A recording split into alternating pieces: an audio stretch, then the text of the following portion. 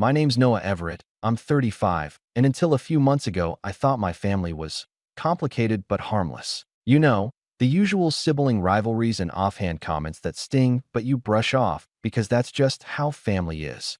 I've always been the calm one, the so-called success story everyone liked to mention at reunions, mostly because I built a charter business from scratch and, more recently, bought a yacht.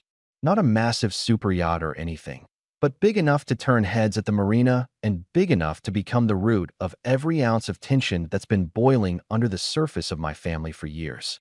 My younger brother, Liam, is 32. He's charismatic, the type of guy who could charm a refund out of an airline agent or convince a teacher he forgot to turn in an essay he never wrote.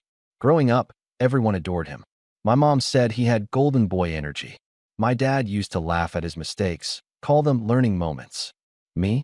I was the one expected to know better. I worked after school at the docks while Liam went to parties.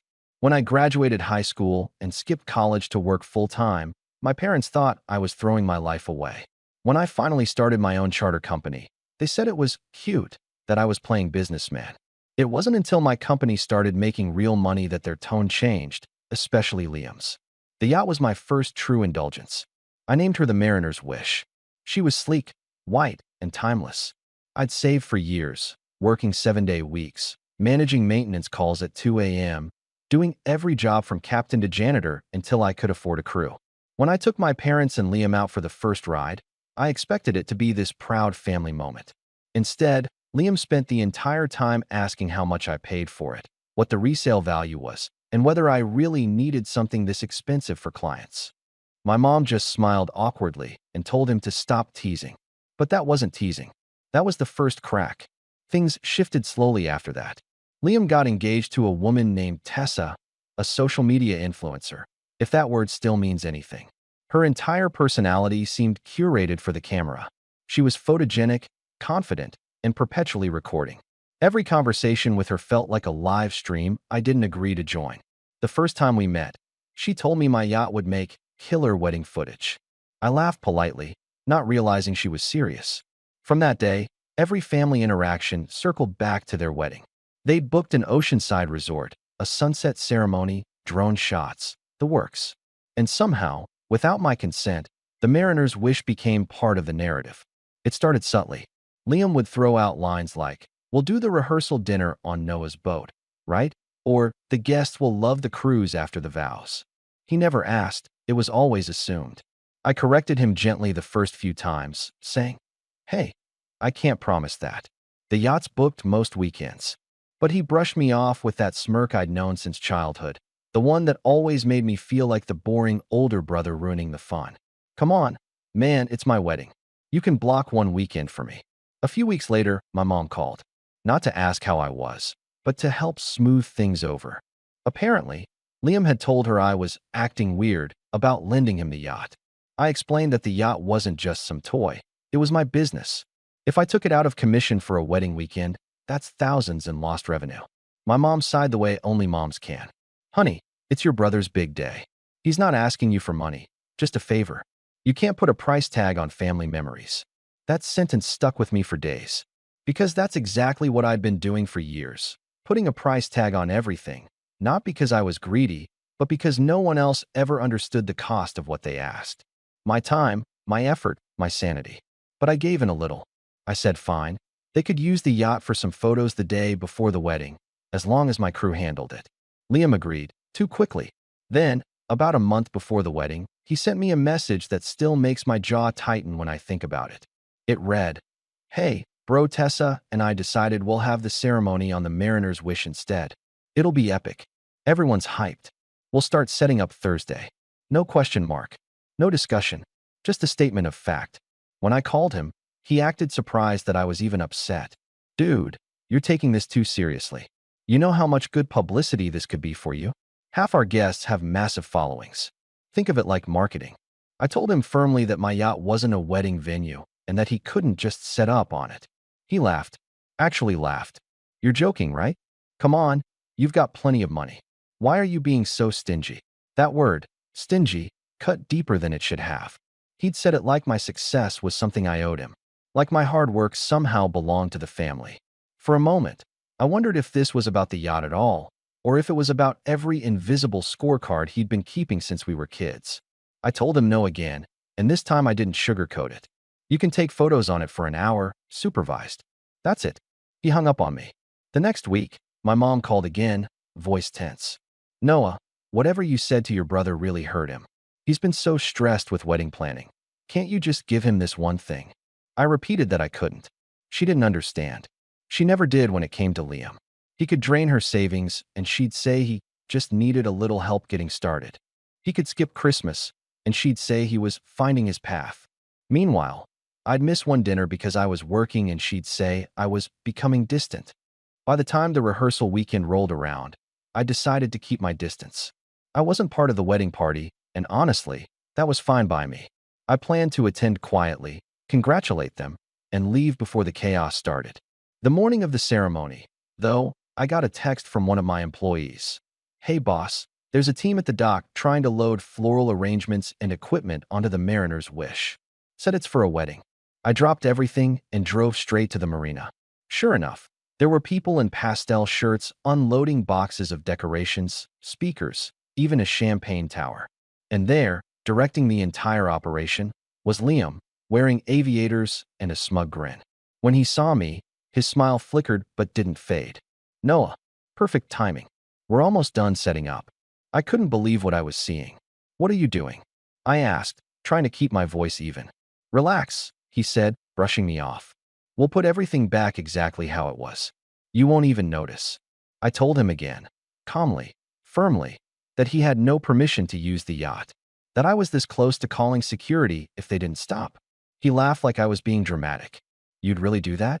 You'd ruin your brother's wedding because you can't let him borrow a boat. That word, borrow, snapped something in me. Borrow implied I'd get it back the same way. But I knew the kind of people he was inviting. Socialites, influencers, careless drinkers.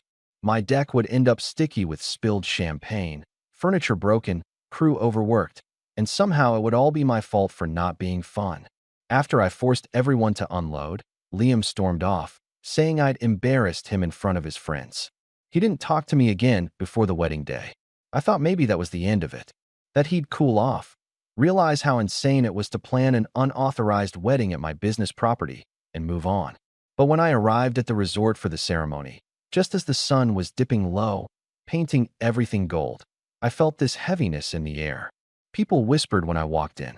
I could see Tessa giving me a tight smile from the altar, her bridesmaids all looking like they'd been instructed to avoid me.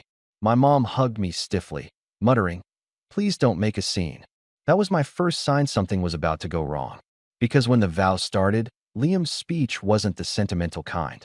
He'd prepared a show, and I was about to be the unwilling punchline in front of 200 guests, among them a judge whose presence none of us realized would change everything that followed.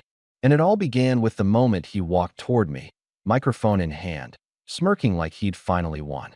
Liam stood there, microphone in hand, like some performer who'd just spotted his favorite heckler in the crowd. The guests were laughing from whatever inside joke he'd just cracked, but when his eyes locked on mine, the air shifted. It was that familiar look, the same one he'd give me when we were kids right before doing something that would get me in trouble but earn him applause. Ladies and gentlemen, he began, grinning like he was hosting a late-night show.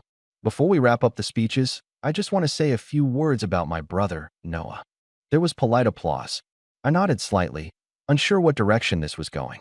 The photographer turned her lens toward me, and I could feel the spotlight, figurative and literal, hitting my face. Liam paced slowly, milking the moment. Now, if you don't know Noah, let me tell you, he's the responsible one. Always has been. Straight A student, never got grounded, worked every summer while the rest of us were just trying to have fun. The crowd chuckled softly. He kept going. And now he's a big shot with his own business, a fancy yacht, a perfect life. He's the kind of guy who makes you feel like maybe you've been doing everything wrong. More laughter. But it wasn't warm. It was the uneasy kind. The kind that comes when people don't know whether they should actually be laughing. I forced a smile. My mom looked up at me from her seat, her expression caught somewhere between pride and anxiety. I could tell she didn't like where this was going either. Liam continued, "But don't let that calm face fool you. Noah's got a stubborn streak. I asked him for a tiny favor. You know, To use his boat for a few hours, no big deal. And he said no. He turned dramatically to the audience. Can you believe that? His own brother. On my wedding day, there was a mix of laughs and awkward murmurs. Some guests leaned in, clearly uncomfortable. I wanted to stand up, to say something, but I knew that'd only make it worse. He wasn't just trying to embarrass me. He wanted a reaction. He smirked when he saw me staying quiet. Guess some people just can't stand sharing the spotlight, huh? That line landed like a dart. My chest tightened. I heard Tessa's bridesmaids giggling, her father shaking his head with an exaggerated sigh. My mom whispered something to my dad, who looked like he wanted to disappear. And then, as if that wasn't enough, Liam snapped his fingers. Two groomsmen appeared from behind the band setup, dragging something covered with a white sheet. The guests turned their heads as he dramatically unveiled it. A massive framed photo of my yacht, the Mariner's Wish, printed and propped up like a billboard. This, my friends, Liam announced, is what my brother loves more than family. The laughter hit a fever pitch. Some people clapped. Others didn't know what to do. My mother's jaw dropped. I felt my face heat up, my hands trembling under the tablecloth. I could handle jokes, but this was a public ambush. I stood up then, calmly, but firmly. That's enough, Liam. He raised his eyebrows. Oh, come on, it's just a joke. No, it's not, I said. My voice was steady, even though my pulse was hammering. You've made your point. For a brief moment, silence. Then he laughed again, dismissing me with a wave. All right, I'll stop embarrassing the rich guy. Don't want him taking his boat and sailing off on us. The guests chuckled nervously, and the DJ jumped in to play some music. I sat down again, jaw tight. My mom reached for my arm and whispered, "Please, honey, don't react. It's his day." I didn't respond, because deep down, something in me had already cracked. It wasn't just the speech, it was years of being the backup, the safety net, the one expected to swallow humiliation so no one else had to feel uncomfortable. After the ceremony ended, everyone filed into the reception hall, a sprawling glass pavilion overlooking the ocean. The decorations were stunning. Tessa's aesthetic sense was flawless, I'll give her that. But I barely noticed. Every time I looked around, I saw guests whispering, glancing my way, smirking as if I really was the selfish brother who'd refused a dying wish. I headed straight to the bar. I don't drink much, but that night I ordered something strong just to keep my hands from shaking.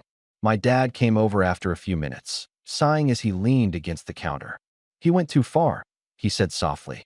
But, you know how he is. That's the problem, I muttered. Everyone knows how he is, and no one ever stops him. Dad looked at me with that weary expression I'd seen 100 times before, the one that said he wanted peace more than justice. It's his wedding, Noah. Let him have his fun. You'll forget about it in a week. I looked out across the room at Liam and Tessa, surrounded by people, laughing like nothing had happened. Yeah, I said quietly, we'll see. But forgetting was not in the cards. Because a few hours later, as the guests settled into dinner and speeches began again, I overheard something that made my blood run cold. Tessa's maid of honor was talking to one of the bridesmaids near my table, unaware that I was within earshot. Oh my God, did you hear what Liam told the planner? He said they're taking the yacht tomorrow for the after-party cruise. Can you imagine? The other woman giggled. Wait, really? I thought his brother said no. He said it's fine now, she replied, shrugging. Apparently, Noah changed his mind after the ceremony. Guess he didn't want to look bad in front of everyone. I froze. Changed my mind. I hadn't even spoken to him. My mind raced. He'd found another way to do it. Just go ahead and take the yacht, assuming I wouldn't stop him in front of all these people. When I spotted him across the room, he was already watching me. That same smug expression. He raised his glass in a mock toast, like he knew I'd overheard. That was it, the breaking point. I got up and walked straight toward him. The chatter in the room dimmed a little as people noticed. We need to talk, I said, voice low. He smiled. About what? Oh, right, the boat. Don't worry, we'll take good care of it. You're not taking it, I said firmly. Not tomorrow. Not ever, without permission. He leaned in, still smiling, but his eyes sharp. You're really going to do this here? In front of everyone? You think that makes you look good?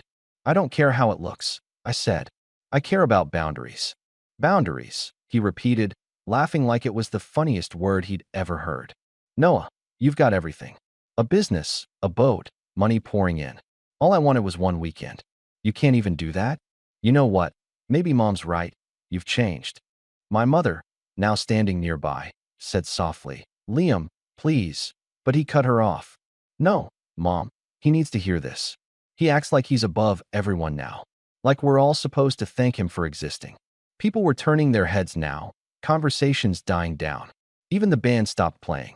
I kept my voice calm, even though my insides were shaking. I've worked for everything I have.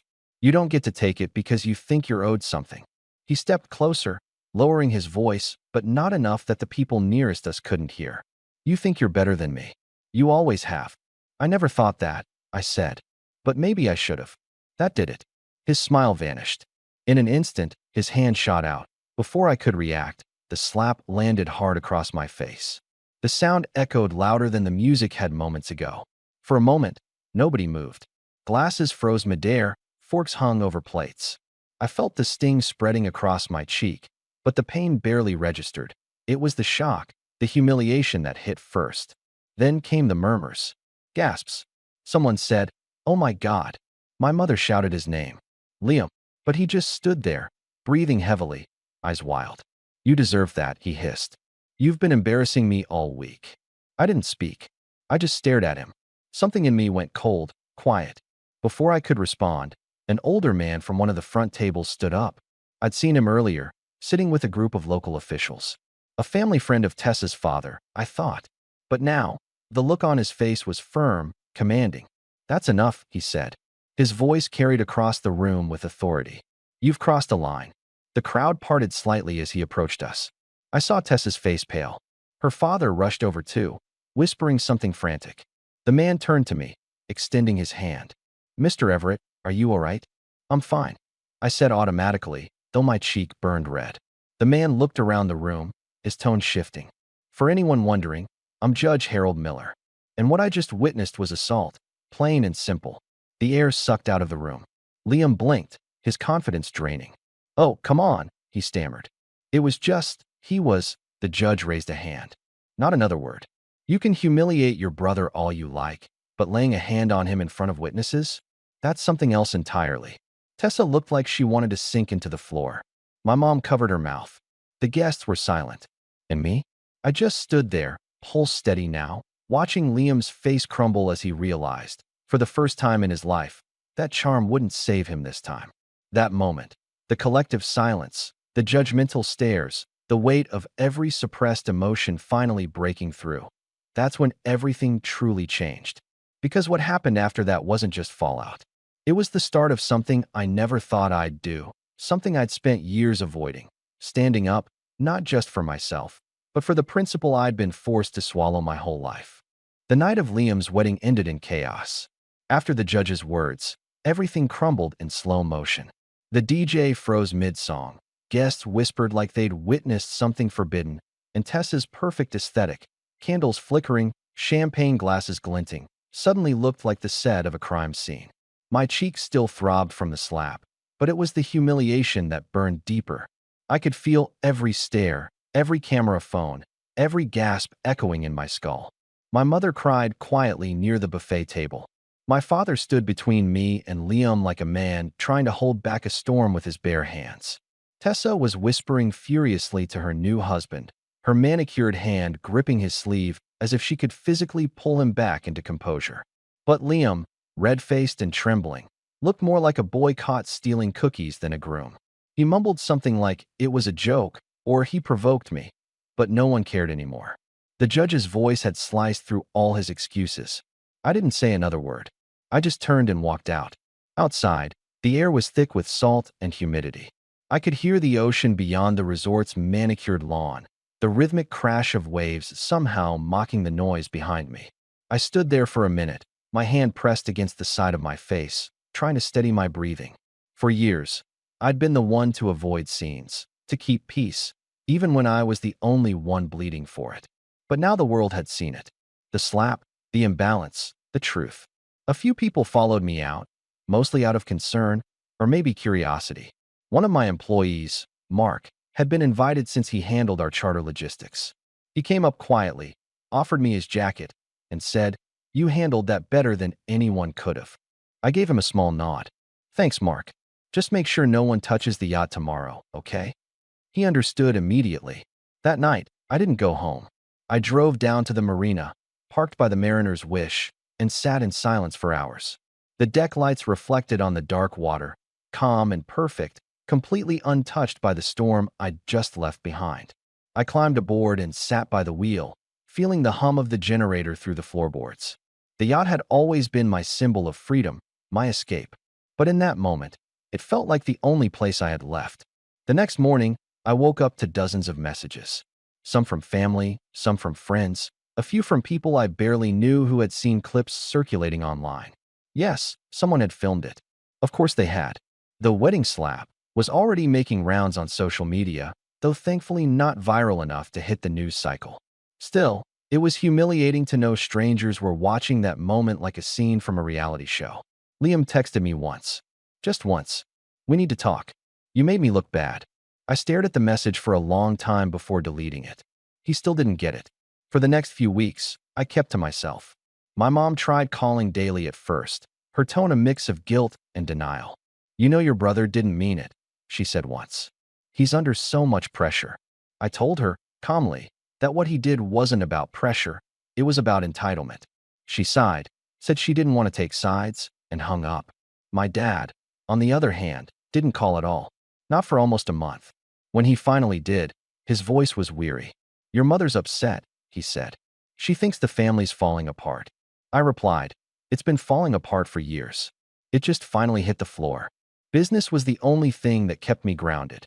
My company had always been steady, but after the wedding fiasco, something changed in me. I started working harder, not out of anger, but clarity. The distraction helped, sure, but it also reminded me why I'd built this life. Every early morning, every sleepless night, every dollar saved, it had all been mine. Not handed down, not borrowed. Mine. A few clients had heard about the wedding incident and reached out with sympathy. One, an older woman who owned a real estate firm, said something that stuck with me. You learn who your family is the day they realize they can't control you. That sentence echoed in my head for weeks. I focused on rebuilding, not my reputation, but my peace. I upgraded my yacht's booking system, expanded routes, and hired 2 new crew members. Mark took on more responsibility, proving himself reliable beyond expectation. By summer, we were booked months in advance. Ironically, the same social circle that once whispered about me now wanted to host parties on my yacht. I declined most of them. I wasn't ready to let people like that back into my space. As for Liam and Tessa, they went quiet. I heard bits and pieces through my mother. Their honeymoon got postponed because of stress, which was her delicate way of saying they were fighting. My father hinted that Tessa's parents weren't happy with the scene at the wedding. Apparently, the judge, Harold Miller, had pulled Tessa's father aside afterward and strongly advised that Liam get professional help for his anger issues before there were more serious consequences. At first, I thought that would be enough. That maybe, finally, Liam would take a step back and realize he'd gone too far. But that's not how people like him work. When entitlement meets embarrassment, it doesn't evolve, it festers. A few months later, I got served papers. He was suing me. The claim was absurd: defamation and business damages. According to the filing, my refusal to honor an agreed-upon arrangement for the yacht had caused him to suffer emotional distress and public embarrassment. He even claimed the judge's public reprimand had damaged his professional reputation. For the record, Liam didn't have much of a profession beyond occasional real estate stints and influencer partnerships through Tessa. When I read the documents, I actually laughed. Not because it was funny, but because it was so perfectly Liam. When he couldn't get what he wanted through charm or guilt, he tried force. I hired a lawyer, of course, a good one. And during that process, I learned something important. Sometimes the worst betrayals can become your sharpest clarity. The lawsuit wasn't just petty, it was self-destructive. Every piece of evidence his attorney tried to use crumbled under basic scrutiny. There were witnesses, hundreds of them, who saw the slap. There were videos. There was even Judge Miller's statement, should it come to that. But while the case was being processed, my mother's calls took on a new tone. Can't you just settle? She pleaded. He's your brother. He stopped being just my brother when he slapped me in front of 200 people, I said quietly. And when he tried to take what I built. She didn't answer. The months dragged on. The legal process was slow, but my company thrived. For the first time, I started traveling for myself. No clients, no family obligations. Just me. I spent a week sailing along the Croatian coast, anchoring at small islands where no one knew who I was. The sun, the quiet, the solitude, it was healing. During one of those evenings, anchored near a tiny village, I sat on deck watching the horizon bleed orange into purple. I realized something simple but powerful. I didn't owe anyone an explanation for my boundaries. The guilt I'd carried for years, every time I said no, every time I didn't play the role of responsible big brother, it wasn't mine to bear. By the time I returned home, I was different. Not harder exactly, just less willing to shrink. The court eventually dismissed Liam's case. Frivolous and baseless, the judge said. The same Judge Miller, in fact, who had witnessed the incident firsthand. When the verdict came through, my lawyer smiled and said, "He picked the wrong brother to provoke." But even in victory, the aftermath hurt. My mom didn't celebrate. She cried, said things like, "Families shouldn't fight in court." My dad stayed neutral as always. And Liam, well, he vanished from family gatherings. Rumor was, he and Tessa had separated temporarily. Apparently, she'd grown tired of his bad press. Still, I didn't gloat. I didn't post about it, didn't talk about it. I just went back to my life, quietly, deliberately. The silence was its own kind of peace. It took nearly a year for my parents to truly understand the depth of what had happened. My mom came to visit one afternoon, unannounced. She stood on my dock, looking small against the backdrop of the yacht. "I didn't realize," she said finally. "I kept thinking it would all blow over. But you were right. We let him get away with too much." I nodded. "You wanted to protect him." "I wanted to protect both of you," she said softly. "But I didn't see what it was costing you." It was the first real apology I'd heard from anyone in my family. And maybe that was enough for now. Over time, things settled. My business expanded into a second yacht, then a third. I started hosting charity sales for underprivileged kids, something I'd always wanted to do but never had time for. Each time I watched those kids' faces light up on the open sea, I remembered why I loved this work in the first place. It wasn't about the money or the luxury. It was about freedom, purpose, and the sense that I'd built something meaningful. Then, one evening about 18 months after the wedding, I got a call from an unfamiliar number. When I picked up, the voice on the other end froze me in place. It was Liam. His tone wasn't angry this time. It was tired, almost desperate. "Hey, Noah," he said quietly. "We need to talk. It's about Mom and Dad." And just like that, the peace I'd worked so hard for began to ripple again. When I heard Liam's voice on the phone that night, it was like hearing a ghost. 18 months of silence. And suddenly, he was calling as if nothing had happened. My first instinct was to hang up. But something in his tone, tired, almost hollow, made me pause. "What about Mom and Dad?" I asked cautiously. He hesitated. "They're not doing great. Financially, I mean. Dad's business took a hit after one of his partners backed out, and Mom had to cover some of his debts. They're behind on the mortgage." I leaned back in my chair, the faint hum of the marina outside my window filling the silence. "And you're telling me this because?" "Because I'm helping them as much as I can," he said quickly, "but I can't cover everything alone." I thought maybe you could, there it was. The real reason. Not reconciliation. Not guilt. Just another favor wrapped in family guilt. "I've already helped them before," I said flatly. "They never told me about any of this." "They didn't want to bother you," he replied, and there was a flicker of irritation in his voice, the same tone he used when things didn't go his way. "Look, Noah, I know we've had our differences, but they need help. You've got the means." "Liam," I said quietly, "you sued me." He went silent. The weight of that truth hung between us. Finally, he said, "I made a mistake, okay? I was angry.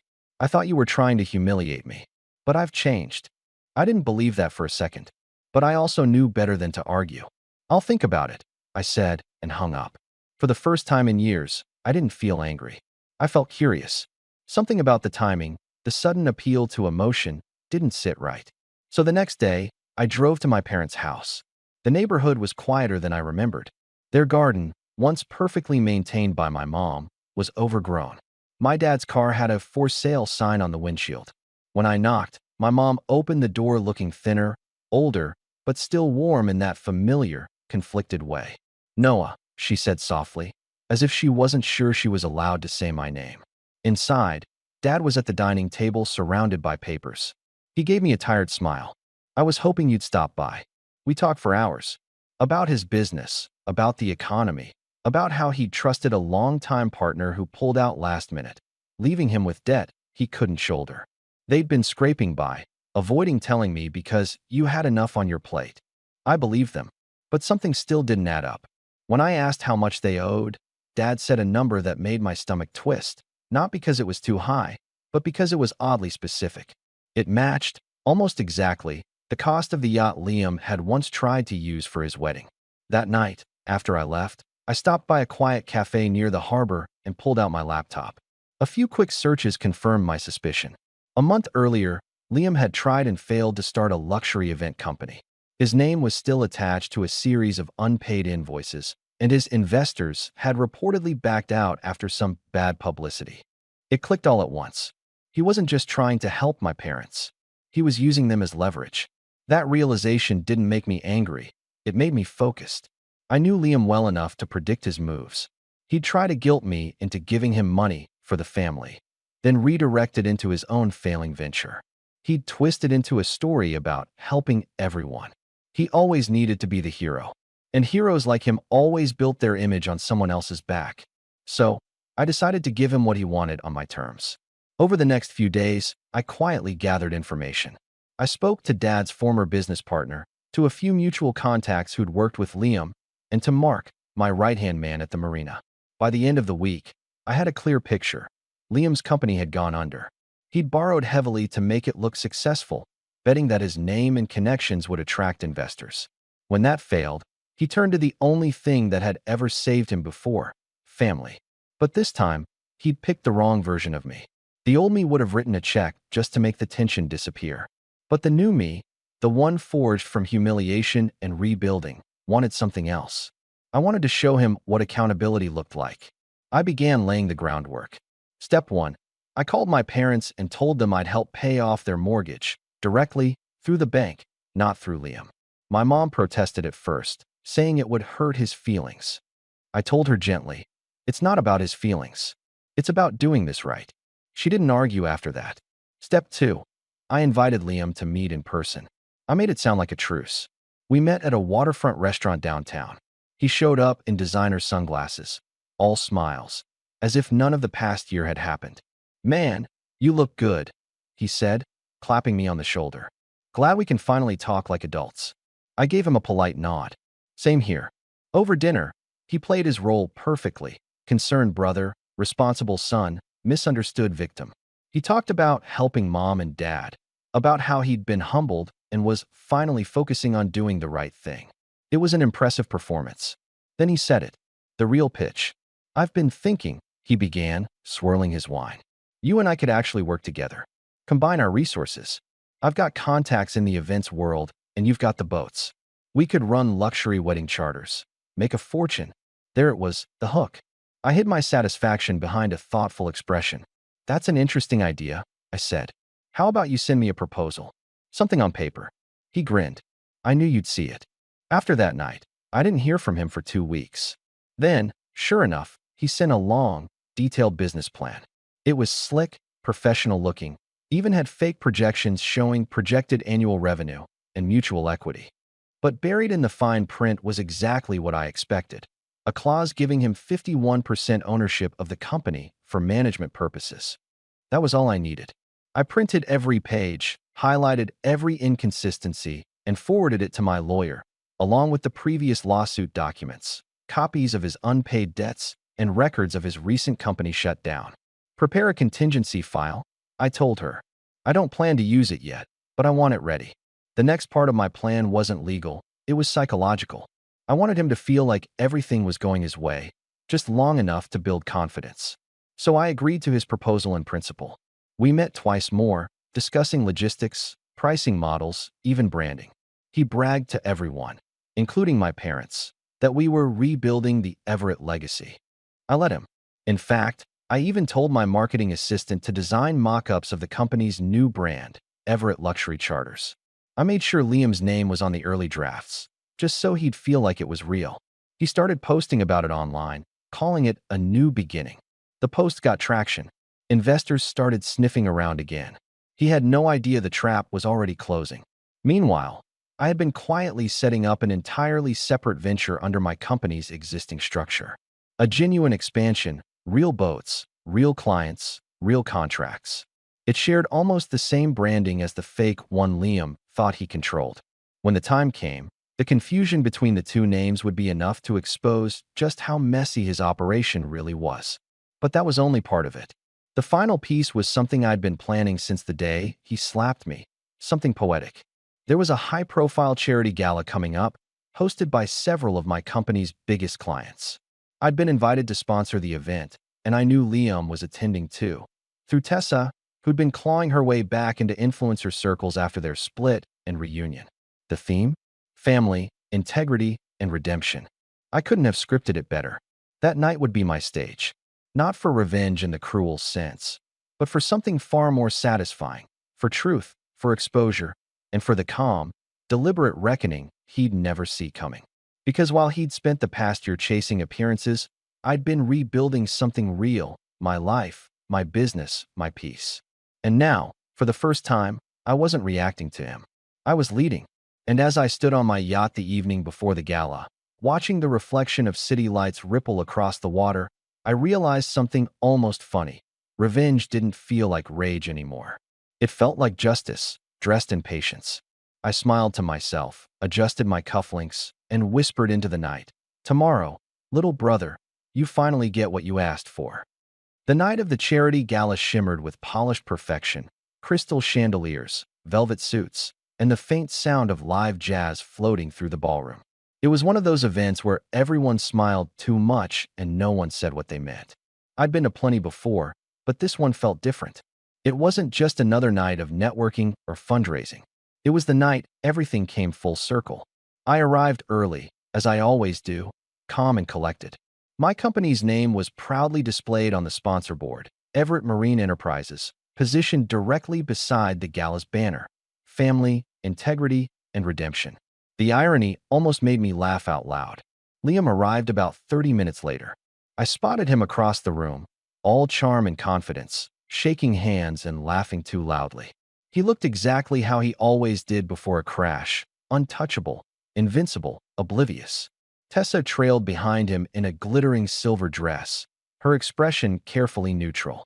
I doubted she knew what was coming, but judging by the distance between them, their reunion was already showing cracks. He saw me before I could approach. His grin widened. "Noah, there he is, my brilliant partner." A few nearby guests turned their heads at that. I smiled politely, letting him take the bait. "Good evening, Liam," I said, offering a handshake I didn't mean. "Everything's coming together nicely, I see." "Absolutely," he said, beaming. "This event's crawling with investors. I've already spoken to two who want to get in early on Everett luxury charters. Told you this idea had legs." "Yes," I said, keeping my voice steady. "It certainly does." He had no clue that the name he'd been using, the one he'd been promoting online, the one splashed across his marketing posts, had been legally trademarked by me weeks ago. Nor did he know that every potential investor he'd contacted had already received quiet updates from my office clarifying the real ownership of the brand. This night wasn't about humiliating him in the same way he'd done to me, not in front of 200 people with a slap. My revenge was quieter, sharper, and infinitely more permanent. As the evening went on, speeches began. The gala's host, a local philanthropist, gave the usual talk about community and values. Then came the donor acknowledgments. When my name was announced, I stood, gave a polite nod, and prepared for the next step. But first, Liam had to make his move. He'd arranged, apparently, to take the stage later in the night. A surprise announcement, he'd told people. I knew exactly what it was. He was going to reveal our new business partnership to the audience, riding on my credibility to resurrect his name. The timing was perfect, right after dessert, when everyone's guard was down and champagne was flowing. I didn't stop him. When the MC called his name, Liam strode to the podium like he was walking onto a movie set. The lights caught him perfectly. The room went quiet. "Good evening, everyone," he began, all smooth confidence. "Tonight isn't just about charity, it's about rebirth, about second chances." I had to admit, he was good. His voice was steady, his delivery flawless. If I didn't know better, I'd believe him myself. He went on for a few minutes, talking about family values, collaboration, and the importance of forgiveness. Then he hit the crescendo. "I'm proud to announce," he said, gesturing toward me, "a brand new venture, Everett Luxury Charters, a partnership between my brother Noah and myself. A fusion of vision, craftsmanship, and heart." There was applause. Cameras flashed. Investors smiled approvingly.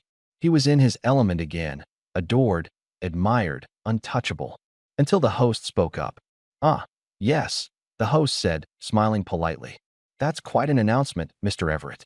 And a perfect segue, actually, into our next scheduled presentation from Mr. Noah Everett himself, who's here to tell us about his company's expansion plans." The applause faded slightly, replaced with a subtle buzz of curiosity. Liam froze for half a second, unsure whether to step aside or stay. I walked toward the stage slowly, the sound of my footsteps echoing across the marble. When I reached the podium, I gave my brother a calm, measured look, the kind that only someone with complete control can give. "Thank you, Liam," I said, my voice steady through the microphone. "It's always nice to see your enthusiasm. But I should clarify something important before any misunderstandings spread." The audience hushed. Cameras stayed fixed on us. Liam's smile faltered just a little. I turned to the crowd. "My company, Everett Marine Enterprises, has indeed been expanding, but not with outside partners." I paused, letting that sink in. "We recently launched Everett Charter Group, a registered and trademarked division under our umbrella, focused on high-end yacht experiences and maritime events. I've heard there's been some confusion regarding similar names floating around." I turned slightly toward Liam, my tone still friendly but deliberate. "Just to be perfectly clear, any use of the term Everett Luxury Charters is unauthorized. My legal team is already handling the matter." A wave of whispers rippled through the audience. Liam's color drained. He stepped closer, lowering his voice, but the mic caught it anyway. "What are you doing?" I didn't look at him. "Correcting misinformation," I said, still addressing the crowd.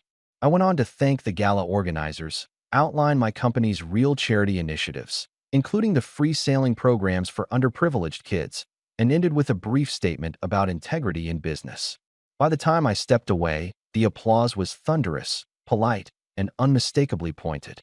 Liam stood there frozen, microphone in hand, unsure what to say. Tessa looked mortified. One of the investors he'd been charming earlier quietly slipped away from their table. He tried to recover, mumbling something about a misunderstanding, but the damage was already done. The host quickly moved on to the next segment, and the band started playing. For the first time in years, Liam didn't look like the golden boy. He looked small. After the event, he followed me out into the hallway, his face red and voice shaking. "You set me up." I turned slowly. "No, Liam. I gave you a chance to be honest. You just couldn't take it." He clenched his fists, but didn't move closer. "You made me look like a fool." "You did that yourself," I said quietly. "You used Mom and Dad, lied about helping them, tried to scam investors under my name. I just told the truth." He stared at me, breathing hard, eyes darting like he was searching for a foothold. "You think you're better than me." I took a step closer, calm as ever. "No, I think I finally stopped pretending we're the same." For a moment, I thought he might hit me again. But instead, he turned and stormed off, shoving through the exit doors into the cold night. The fallout came fast. Within days, word spread that his company had been a sham. Investors demanded refunds, vendors filed complaints, and one of his old creditors reopened a claim. My lawyer quietly forwarded the documentation to assist the authorities with their investigation. As for my parents, they were shaken but grateful.